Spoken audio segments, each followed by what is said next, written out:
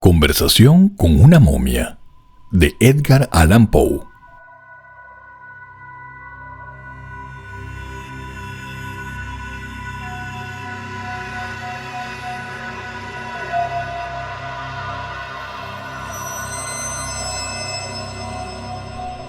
El simposio de la noche anterior había sido un poco demasiado para mis nervios. Tenía un dolor de cabeza espantoso y estaba desesperadamente somnoliento. En lugar de salir, por lo tanto, a pasar la noche como había propuesto, se me ocurrió que no podía hacer algo más sensato que comer un bocado de cena e irme inmediatamente a la cama. Una cena ligera, por supuesto. Soy excepcionalmente aficionado al conejo galés. Sin embargo, más de una libra de una vez puede no ser siempre aconsejable. Aún así, no puede haber una objeción material a 2. Y realmente entre 2 y 3 solo hay una unidad de diferencia. Me aventuré quizás a 4. Mi esposa insiste que 5, pero claramente ha confundido dos asuntos muy distintos. El número abstracto 5, estoy dispuesto a admitirlo, pero concretamente se refiere a botellas de Brown Stout, sin las cuales, en cuanto a condimento, se debe evitar el conejo galés. Habiendo concluido así una comida frugal y puesto mi gorro de dormir, con la esperanza serena de disfrutarlo hasta el mediodía del día siguiente, coloqué mi cabeza sobre la almohada y con la ayuda de una conciencia tranquila caí en un profundo sueño de inmediato. Pero, ¿cuándo se cumplieron las esperanzas de la humanidad? No podría haber completado mi tercer ronquido cuando hubo un timbrazo furioso en la puerta de la calle, y luego un golpeteo impaciente en la aldaba que me despertó de inmediato. Un minuto después, y mientras todavía me frotaba los ojos, mi esposa me arrojó en la cara una nota de mi viejo amigo el Dr. Ponnonner. Decía así: «Ven a mí por todos los medios, mi querido y buen amigo, tan pronto como recibas esto. Ven y ayúdanos a regocijarnos. Al fin, por una diplomacia largamente perseverante, he obtenido el asentimiento de los directores del museo de la ciudad para mi examen de la momia. Ya sabes a cuál me refiero. Tengo permiso para desenvolverla y abrirla, si es deseable. Solo unos pocos amigos estarán presentes. Tú, por supuesto. La momia está ahora en mi casa y comenzaremos a desenvolverla a las 11 de esta noche. Tuyo siempre, Ponnonner». Para cuando había llegado a Ponnonner me di cuenta de que estaba tan despierto como un hombre necesita estarlo. Salté de la cama en un éxtasis, derribando todo a mi paso. Me vestí con una rapidez verdaderamente maravillosa y partí a toda velocidad hacia la casa del doctor. Allí encontré a una compañía muy ansiosa reunida. Me habían estado esperando con mucha impaciencia. La momia estaba extendida sobre la mesa del comedor y en el momento en que entré, comenzó su examen. Era una de un par traído varios años antes por el capitán Arthur Szabretash, un primo de Ponnonner, de una tumba cerca de Eleithias, en las montañas libias, a una considerable distancia por encima del Tebas, en el Nilo. Las grutas en este punto, aunque menos magníficas que las sepulturas tebanas, son de mayor interés debido a que ofrecen más numerosas ilustraciones de la vida privada de los egipcios. La cámara de la cual fue tomada nuestra muestra se decía que era muy rica en tales ilustraciones. Las paredes estaban completamente cubiertas con pinturas al fresco y bajorrelieves, mientras que estatuas, jarrones y trabajos en mosaicos de ricos patrones indicaban la vasta riqueza del difunto. El tesoro había sido depositado en el museo, precisamente en las mismas condiciones en las que el capitán Szabretash la había encontrado. Es decir, el ataúd no había sido perturbado. Durante 8 años había permanecido así, sujeto únicamente a la inspección pública externa. Ahora, por lo tanto, teníamos la momia completa a nuestra disposición, y para aquellos que saben cuán raramente llega a nuestras costas el antiguo sin saquear, será evidente de inmediato que teníamos grandes razones para congratularnos por nuestra buena fortuna. Al acercarme a la mesa vi sobre ella una gran caja o estuche de casi 7 pies de largo y quizás 3 pies de ancho, por 2 pies y medio de profundidad. Era oblongo, no en forma de ataúd. El material se supuso inicialmente que era madera de sicómoro, Platanus, pero al cortarlo encontramos que era de cartón piedra, o más propiamente papel maché, compuesto de papiro. Estaba ricamente ornamentado con pinturas que representaban escenas fúnebres y otros temas lúgubres, entre los cuales en toda variedad de posición había ciertas series de caracteres jeroglíficos destinados, sin duda, para el nombre del difunto. Por suerte, el señor Gliddon formaba parte de nuestro grupo y no tuvo dificultad en traducir las letras, que eran simplemente fonéticas y representaban la palabra Alamistaquio. Tuvimos algunas dificultades para abrir esta caja sin dañarla, pero al haber finalmente logrado la tarea, llegamos a una segunda, en forma de ataúd y considerablemente menor en tamaño que la exterior, pero que la replicaba precisamente en todos los demás aspectos.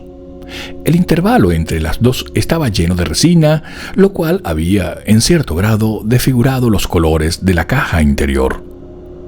Al abrir esta última, lo hicimos bastante fácilmente. Llegamos a un tercer estuche, también en forma de ataúd y que no variaba del segundo en ningún aspecto, excepto en el de su material, que era de cedro, y aún emitía el peculiar y altamente aromático olor de esa madera. Entre el segundo y el tercer estuche no había intervalo, una caja exactamente dentro del otro. Al retirar el tercer estuche descubrimos y sacamos el cuerpo en sí. Esperábamos encontrarlo, como de costumbre, envuelto en numerosas vueltas o vendajes de lino, pero en lugar de estos encontramos una especie de vaina hecha de papiro y recubierta con una capa de yeso, ricamente dorada y pintada. Las pinturas representaban temas conectados con los deberes supuestos del alma y su presentación a diferentes divinidades, con numerosas figuras humanas idénticas destinadas muy probablemente como retratos de las personas embalsamadas. Extendida de cabeza a pies, había una inscripción columnar o perpendicular en jeroglíficos fonéticos, dando nuevamente su nombre y títulos, y los nombres y títulos de sus relaciones. Alrededor del cuello, así envuelto, había un collar de cuentas de vidrio cilíndricas, diversas en color y dispuestas de tal manera que formaban imágenes de deidades, del escarabajo, etc., con el globo alado. Alrededor de la cintura pequeña había un collar o cinturón similar. Al quitar el papiro encontramos la carne en excelente preservación, sin olor perceptible. El color era rojizo, la piel era dura, lisa y brillante. Los dientes y el cabello estaban en buen estado. Los ojos, parecía, habían sido removidos y sustituidos por otros de vidrio, que eran muy hermosos y maravillosamente realistas, con la excepción de una mirada algo demasiado fija. Los dedos y las uñas estaban brillantemente dorados. El señor Gliddon opinaba, por la rojez de la epidermis, que el embalsamamiento se había efectuado completamente con asfalto. Pero al raspar la superficie con un instrumento de acero y arrojar al fuego algo del polvo así obtenido, se hizo aparente el aroma de alcanfor y otras gomas de olor dulce. Examinamos el cadáver muy cuidadosamente en busca de aberturas usuales a través de las cuales se extraen las entrañas, pero, para nuestra sorpresa, no pudimos descubrir ninguna. Ningún miembro del grupo estaba en ese periodo consciente de que no es infrecuente encontrar momias enteras o sin abrir. El cerebro era costumbre retirarlo a través de la nariz, las entrañas a través de una incisión en el lado. El cuerpo era luego afeitado, lavado y salado, y después se dejaba a un lado durante varias semanas, cuando comenzaba la operación de embalsamamiento propiamente dicha. Como no se encontró rastro de alguna apertura, el doctor Ponnonner estaba preparando sus instrumentos para la disección cuando observé que ya pasaban de las 2. A continuación, se acordó posponer el examen interno hasta la próxima noche, y estábamos a punto de separarnos por el momento cuando alguien sugirió hacer 1 o 2 experimentos con la pila voltaica.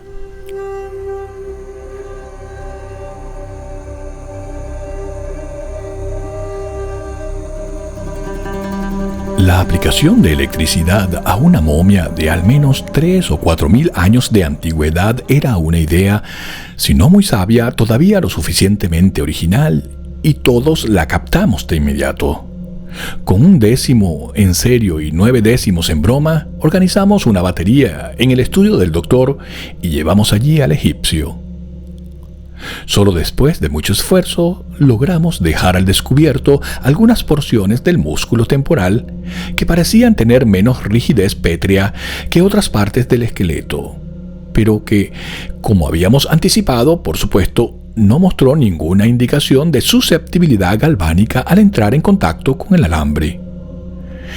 El primer intento, de hecho, parecía decisivo. Y con una risa cordial por nuestra propia absurdidad, nos estábamos despidiendo cuando mis ojos, que casualmente cayeron sobre los de la momia, quedaron inmediatamente clavados en asombro. Mi breve mirada, de hecho, había sido suficiente para asegurarme de que los orbes que todos suponíamos que eran de vidrio y que originalmente se notaban por una cierta mirada salvaje, ahora estaban tan cubiertos por los párpados que solo una pequeña porción de la túnica albuginia permanecía visible. Con un grito llamé la atención sobre el hecho, y se hizo inmediatamente obvio para todos. No puedo decir que estuviera alarmado por el fenómeno, porque alarmado no es exactamente la palabra en mi caso. Es posible, sin embargo, que si no fuera por la Brown Stud, podría haber estado un poco nervioso. En cuanto al resto de la compañía, realmente no hicieron ningún intento de ocultar el miedo absoluto que los poseía. El doctor Ponnonner era un hombre digno de lástima. El señor Glidon, por algún proceso peculiar, se hizo invisible. El señor Silk Buckingham, me atrevo a decir, difícilmente negará que se desplazó a gatas bajo la mesa. Después del primer shock de asombro, sin embargo, resolvimos, como cuestión de curso, experimentar más inmediatamente. Nuestras operaciones se dirigieron ahora contra el dedo gordo del pie derecho. Hicimos una incisión sobre el exterior del os sesamundeum pollicis pedis, y así accedimos a la raíz del músculo abductor. Reajustando la batería, ahora aplicamos el fluido a los nervios seccionados, cuando, con un movimiento de vivacidad sorprendente, la momia primero levantó su rodilla derecha de modo que casi tocara el abdomen y luego, estirando la extremidad con una fuerza inconcebible, propinó una patada al doctor Ponnonner, que tuvo el efecto de lanzar a ese señor como una flecha de una catapulta a través de una ventana a la calle abajo. Salimos en masa para traer los restos mutilados de la víctima, pero tuvimos la felicidad de encontrarlo en la escalera, subiendo deprisa de una manera incomprensible, lleno de la más ardiente filosofía y más convencido que nunca de la necesidad de proseguir nuestro experimento con vigor y celo. Fue por su consejo en consecuencia que hicimos, en el acto, una profunda incisión en la punta de la nariz del sujeto, mientras el doctor mismo, poniendo manos violentas sobre ella, la jaló en contacto vehemente con el alambre. Moral y físicamente, figurativa y literalmente, el efecto fue eléctrico. En primer lugar, el cadáver abrió los ojos y parpadeó muy rápidamente durante varios minutos, como lo hace el señor Barnes en la pantomima. En segundo lugar, estornudó. En tercero, se sentó derecho. En cuarto, agitó su puño en la cara del doctor Ponnonner. En quinto, volviéndose hacia los señores Glidon y Buckingham, les dirigió la palabra en un egipcio muy correcto. Así: debo decir, caballeros, que estoy tan sorprendido como mortificado por su comportamiento. Del doctor Ponnonner no se podía esperar nada mejor. Es un pobrecillo gordo e insensato que no sabe hacerlo mejor. Lo compadezco y perdono. Pero usted, señor Gliddon, y usted, Silk, que han viajado y residido en Egipto hasta que uno podría imaginar que nacieron allí. Ustedes, digo, que han estado tanto entre nosotros, que hablan el egipcio casi tan bien, creo, como escriben su lengua materna. Ustedes, a quienes siempre he considerado como firmes amigos de las momias, realmente esperaba de ustedes un comportamiento más caballeroso.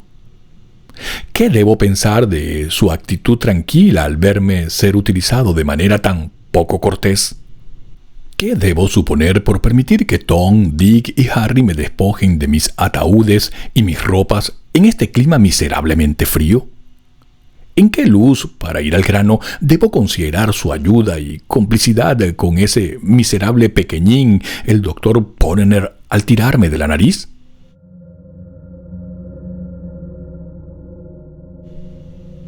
Se dará por sentado, sin duda, que al escuchar este discurso bajo las circunstancias todos o corrimos hacia la puerta o caímos en histeria violenta o nos desmayamos en general. Una de estas tres cosas eran de esperarse.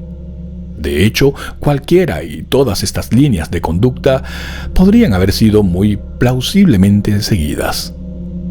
Y sobre mi palabra, estoy en una pérdida para saber cómo o por qué fue que no seguimos ni una ni otra. Pero quizás la verdadera razón se busca en el espíritu de la época, que procede por el principio de los contrarios en su totalidad. Ahora se admite usualmente como la solución de todo en términos de paradoja e imposibilidad. O quizás, después de todo, fue solo el aire excesivamente natural y como si nada del asunto de la momia lo que despojó a sus palabras de lo terrible. Sea como sea, los hechos son claros y ningún miembro de nuestro grupo traicionó ninguna trepidación muy particular o pareció considerar que algo había ido especialmente mal. Por mi parte, estaba convencido de que todo estaba bien y simplemente me hice a un lado fuera del alcance del puño del egipcio. El doctor Ponnonner metió sus manos en los bolsillos de sus pantalones, miró fijamente a la momia y se puso excesivamente rojo en la cara. El señor Gliddon acarició sus bigotes y subió el cuello de su camisa. El señor Buckingham bajó la cabeza y puso su pulgar derecho en la esquina izquierda de su boca. El egipcio lo miró con un semblante severo durante algunos minutos y al final, con una mueca, dijo: ¿Por qué no habla, señor Buckingham? ¿Escuchó lo que le pregunté o no? Sáquese el pulgar de la boca. El señor Buckingham, a continuación, dio un pequeño sobresalto, sacó su pulgar derecho de la esquina izquierda de su boca y, como indemnización, insertó su pulgar izquierdo en la esquina derecha de la apertura antes mencionada. Al no poder obtener una respuesta del señor Buckingham, la figura se volvió con impaciencia hacia el señor Gliddon y en un tono perentorio demandó en términos generales que era lo que todos queríamos. El señor Gliddon respondió extensamente en fonéticos, y si no fuera por la deficiencia de las imprentas americanas en tipo jeroglífico, me daría mucho placer registrar aquí, en el original, la totalidad de su muy excelente discurso. Puede que aproveche esta ocasión para comentar que toda la conversación subsiguiente en la que la momia tomó parte se llevó a cabo en egipcio primitivo a través del medio, en lo que a mí y otros miembros no viajados de la compañía concierne, a través del medio, digo, de los señores Gliddon y Buckingham como intérpretes. Estos caballeros hablaban la lengua materna de la momia con una fluidez y gracia inimitables. Pero no pude evitar observar que, debido, sin duda, a la introducción de imágenes completamente modernas y, por supuesto, completamente novedosas para el extranjero, los dos viajeros se vieron reducidos ocasionalmente al empleo de formas sensibles con el propósito de transmitir un significado particular.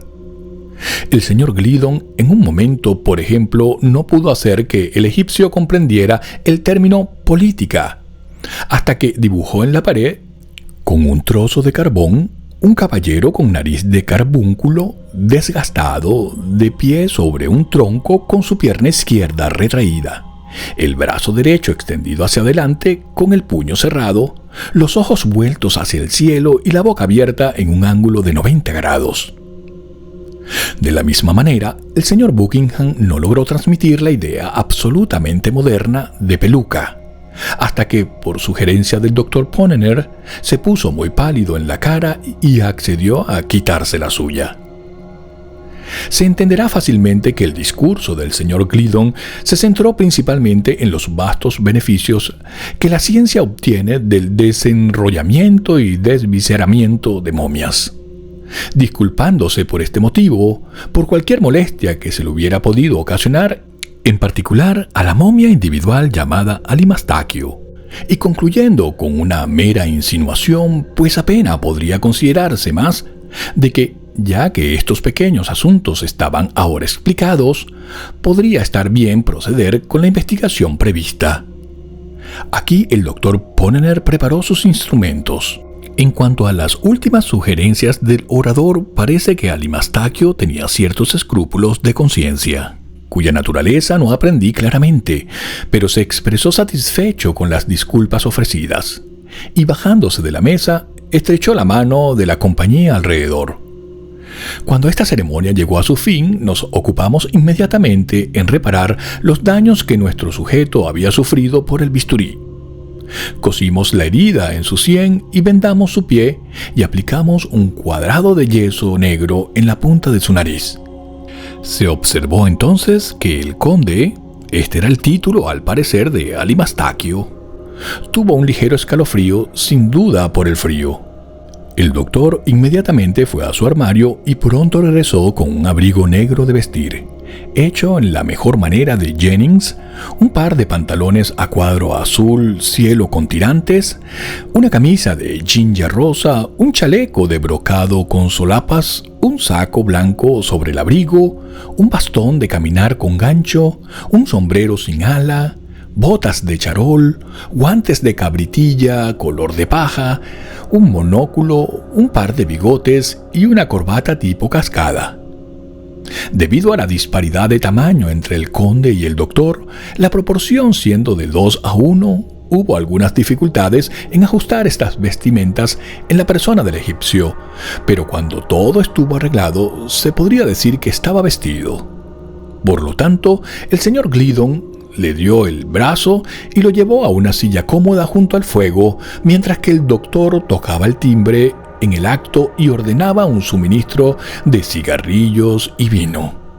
La conversación pronto se volvió animada. Se expresó, por supuesto, mucha curiosidad con respecto al hecho algo notable de que Alimastaquio siguiera vivo. Hubiera pensado, observó el señor Buckingham, que ya es hora de que estuvieras muerto. ¿Por qué?, respondió el conde muy sorprendido. Tengo poco más de 700 años. Mi padre vivió 1000, y estaba lejos de estar senil cuando murió.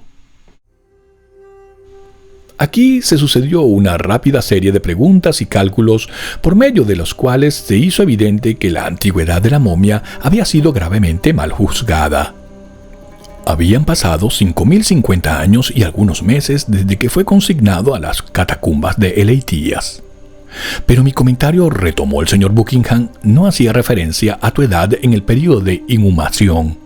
Estoy dispuesto a conceder de hecho que todavía eres un joven, y mi alusión era a la inmensidad de tiempo durante el cual, por tu propia admisión, debes haber estado embalsamado en asfalto. ¿En qué?, dijo el conde. En asfalto, insistió el señor Buckingham. Ah, sí. Tengo una idea de lo que hablas.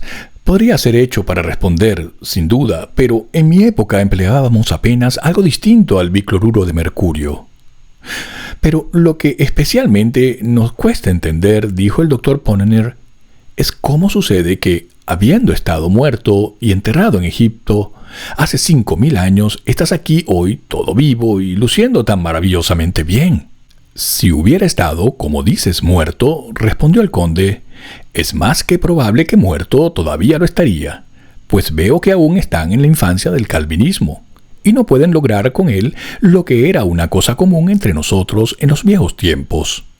Pero el hecho es que caí en catalepsia y fue considerado por mis mejores amigos que estaba muerto o debería estarlo. Por lo tanto, me embalsamaron de inmediato. Supongo que están al tanto del principio principal del proceso de embalsamamiento. No del todo. Vaya, percibo una deplorable condición de ignorancia. Bueno, no puedo entrar en detalles ahora mismo, pero es necesario explicar que embalsamar, propiamente dicho, en Egipto, era detener indefinidamente todas las funciones animales sometidas al proceso. Utilizo la palabra animal en su sentido más amplio, incluyendo no solo el ser físico, sino también el moral y vital. Repito que el principio fundamental del embalsamamiento consistía, para nosotros, en detener de inmediato y mantener en perpetua suspensión todas las funciones animales sometidas al proceso. Para ser breve, en cualquier condición que el individuo estuviera, en el momento del embalsamamiento, en esa condición permanecía. Ahora bien, como tengo la buena fortuna de ser de la sangre del escarabajo, fui embalsamado vivo, como me ven en el presente. «La sangre del escarabajo», exclamó el doctor Ponnonner.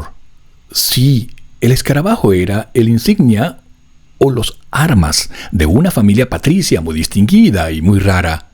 Ser de la sangre del escarabajo es simplemente ser uno de esa familia de la cual el escarabajo es la insignia. Hablo en sentido figurado. Pero, ¿qué tiene que ver esto con que usted esté vivo? Bueno, es la costumbre general en Egipto privar a un cadáver antes del embalsamamiento de sus entrañas y cerebro. La raza de los escarabajos era la única que no coincidía con la costumbre. Si no hubiera sido un escarabajo, por lo tanto habría estado sin entrañas y cerebro. Y sin ninguno de los dos es incómodo vivir. «Comprendo eso», dijo el señor Buckingham, «y supongo que todas las momias enteras que se encuentran son de la raza de los escarabajos». «Sin duda», pensé, dijo el señor Gliddon muy humildemente, que el escarabajo era uno de los dioses egipcios. «¿Uno de los qué egipcios?», exclamó la momia poniéndose de pie. «Dioses», repitió el viajero. «Señor Gliddon, realmente me sorprende oírle hablar de esta manera», dijo el conde, retomando su silla. «Ninguna nación sobre la faz de la tierra ha reconocido jamás de un dios. El escarabajo, el ibis, etc., fueron para nosotros como criaturas similares lo han sido para otros. Los símbolos o medios a través de los cuales ofrecíamos culto al Creador, demasiado augusto para ser aproximado más directamente». Hubo aquí una pausa. Al cabo de un rato, el coloquio fue renovado por el doctor Ponnonner. «No es improbable entonces, por lo que ha explicado», dijo él, «que entre las catacumbas cerca del Nilo pueda existir otras momias de la tribu de los escarabajos en condición de vitalidad». «No cabe duda de ello», respondió el conde. «Todos los escarabajos embalsamados accidentalmente mientras vivían están vivos ahora. Incluso algunos de aquellos embalsamados a propósito pueden haber sido pasados por alto por sus ejecutores y aún permanecer en la tumba».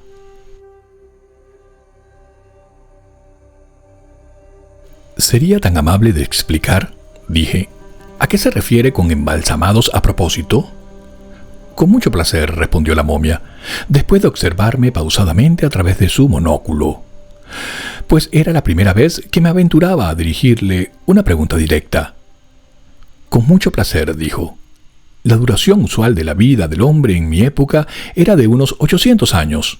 Pocos hombres morían, a menos que por un accidente extraordinariamente inusual. Antes de la edad de 600, pocos vivían más de un decenio de siglos. Pero 8 se consideraban el término natural. Después del descubrimiento del principio del embalsamamiento, como ya les he descrito, ocurrió a nuestros filósofos que una curiosidad loable podría ser satisfecha, y al mismo tiempo los intereses de la ciencia muy avanzados, viviendo este término natural en plazos. En el caso de la historia, de hecho, la experiencia demostró que algo de este tipo era indispensable.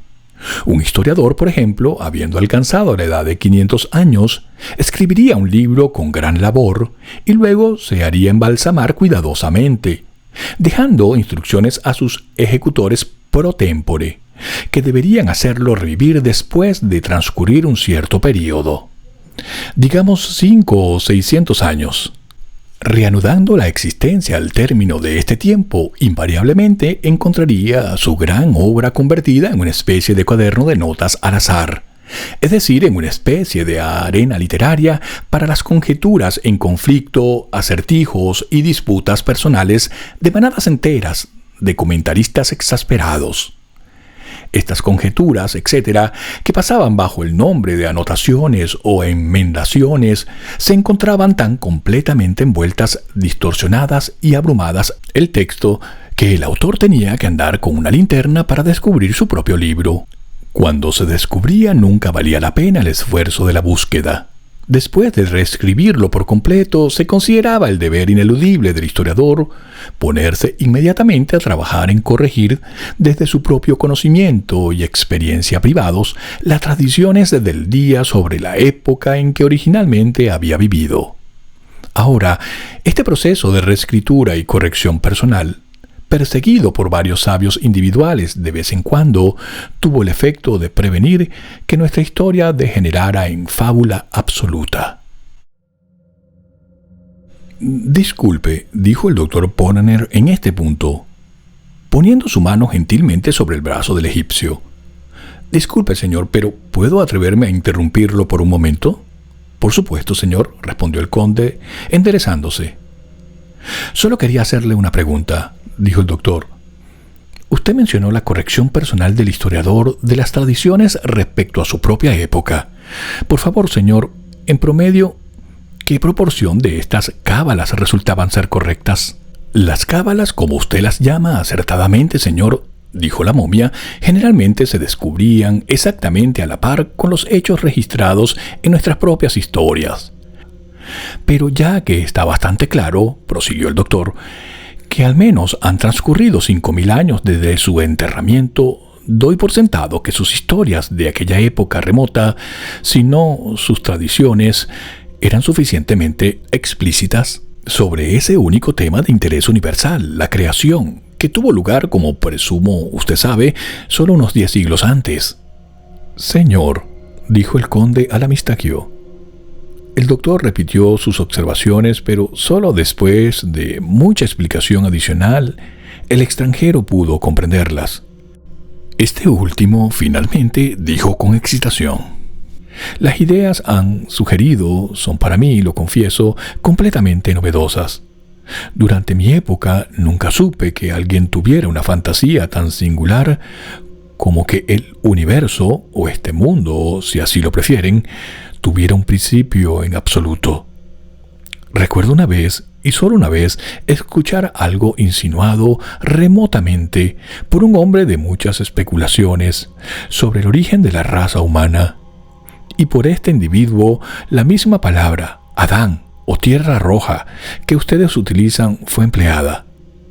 Sin embargo, la empleó en un sentido genérico, con referencia a la germinación espontánea desde el suelo fértil, justo como miles de los géneros inferiores de criaturas son germinados. La germinación espontánea, digo, de 5 vastas hordas de hombres, surgieron simultáneamente en 5 divisiones distintas y casi iguales del globo. Aquí, en general, la compañía se encogió de hombros, y 1 o 2 de nosotros nos tocamos la frente con un aire muy significativo.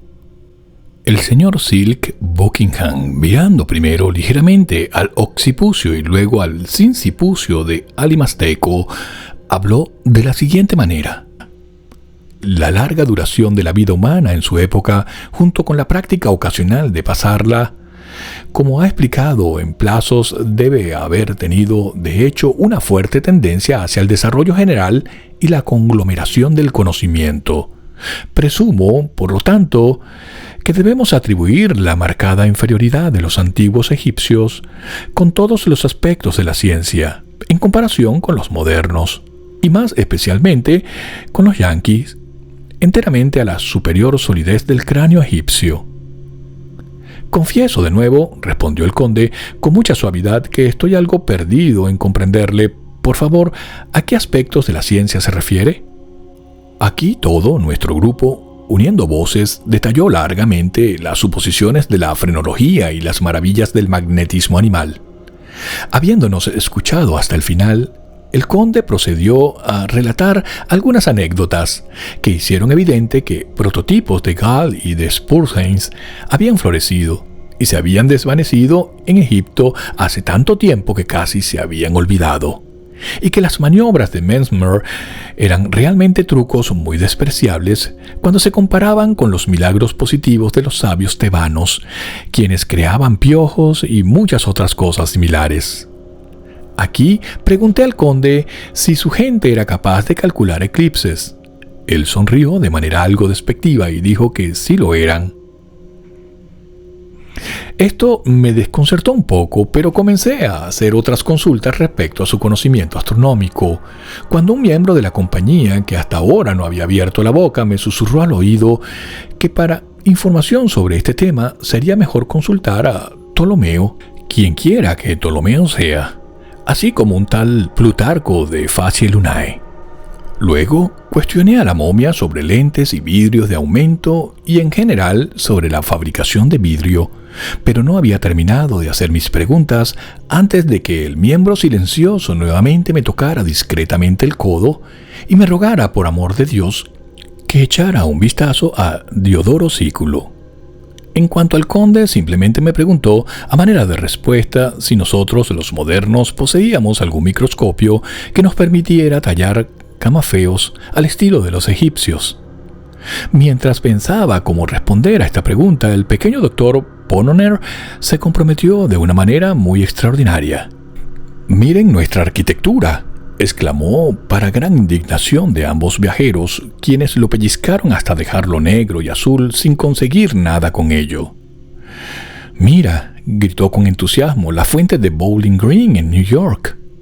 O si eso resulta demasiado vasto para contemplar, observa por un momento el Capitolio de Washington, D.C. Y el buen hombrecillo médico procedió a describir con todo detalle las proporciones del edificio al que se refería. Explicó que el pórtico por sí solo estaba adornado con nada menos que 24 columnas de 5 pies de diámetros y separadas entre sí por 10 pies. El conde dijo que lamentaba no poder recordar justo en ese momento las dimensiones precisas de ninguno de los principales edificios de la ciudad de Asnak, cuyos cimientos fueron colocados en la noche de los tiempos, pero cuyas ruinas todavía estaban en pie en la época de su enterramiento, en una vasta llanura de arena al oeste de Tebas. Recordaba, sin embargo, hablando de los pórticos, que uno adjunto a un palacio inferior en una especie de suburbio llamado Karnak constaba de 144 columnas de 37 pies de circunferencia y separadas por 25 pies. El acceso a este pórtico desde el Nilo era a través de una avenida de unas 2 millas de largo, compuesta de esfinges, estatuas y obeliscos de 20, 60 y 100 pies de altura. El palacio mismo, hasta donde podía recordar, era en una dirección de 2 millas de largo y podría haber sido en total de unos 7 en circunferencia.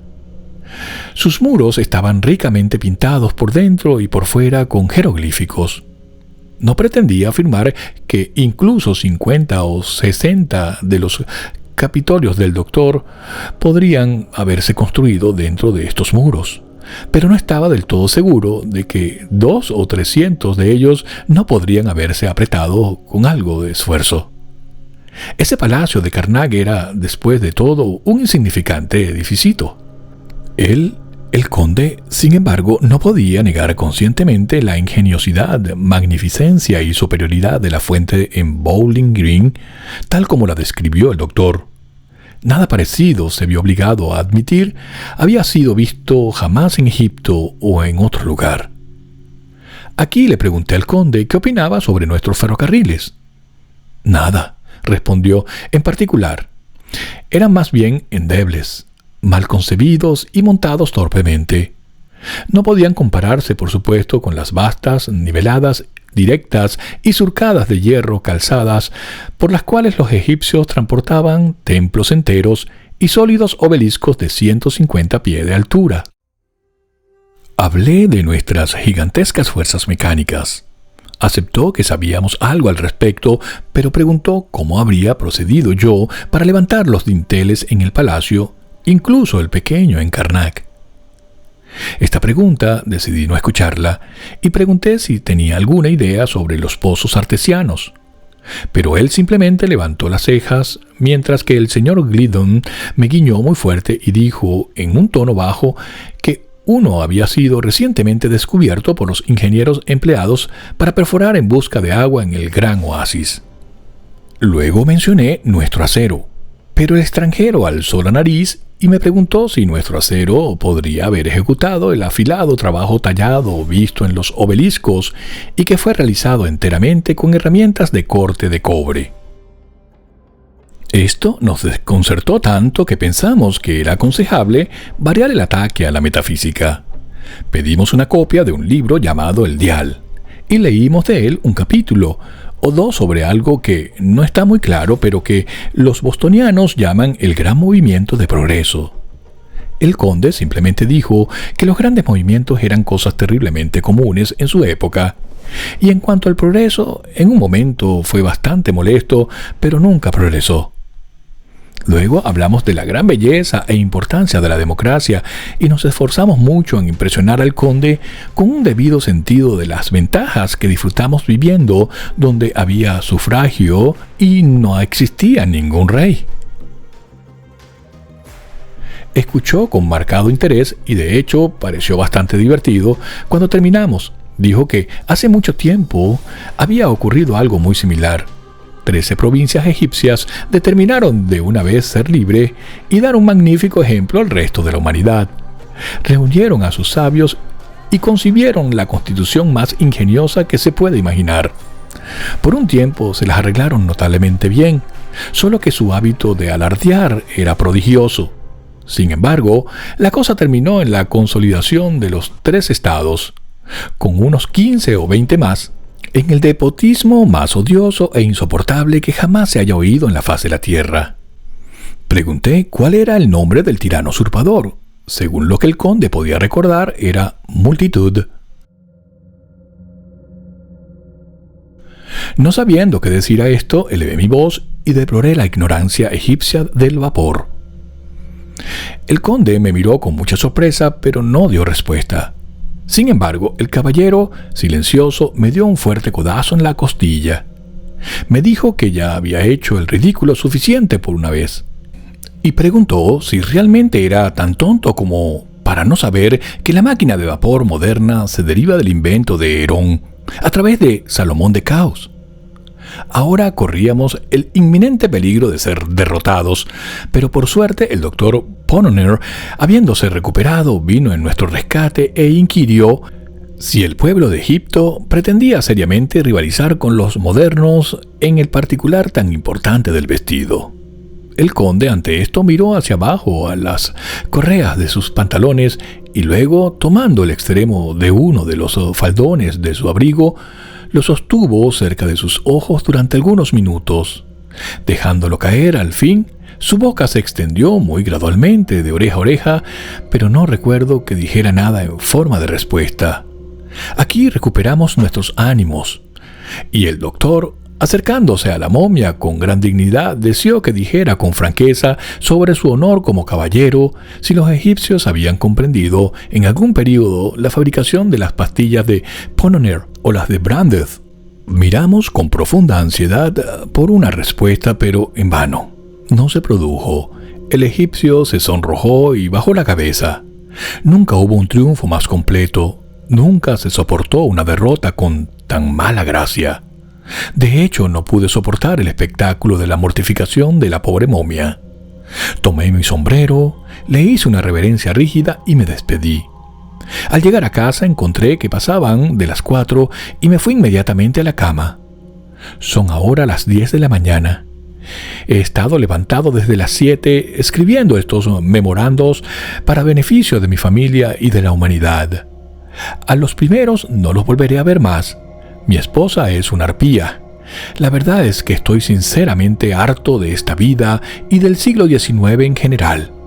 Estoy convencido de que todo va mal. Además, estoy ansioso por saber quién será el presidente en el 2045.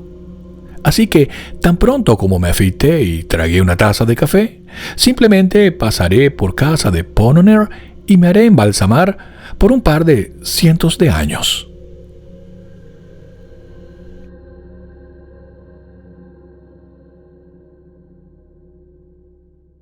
Y así concluye Conversación con una momia, una obra en la que Edgar Allan Poe, con su habitual ingenio, nos invita a reflexionar sobre el orgullo del saber moderno y la sabiduría olvidada de los antiguos.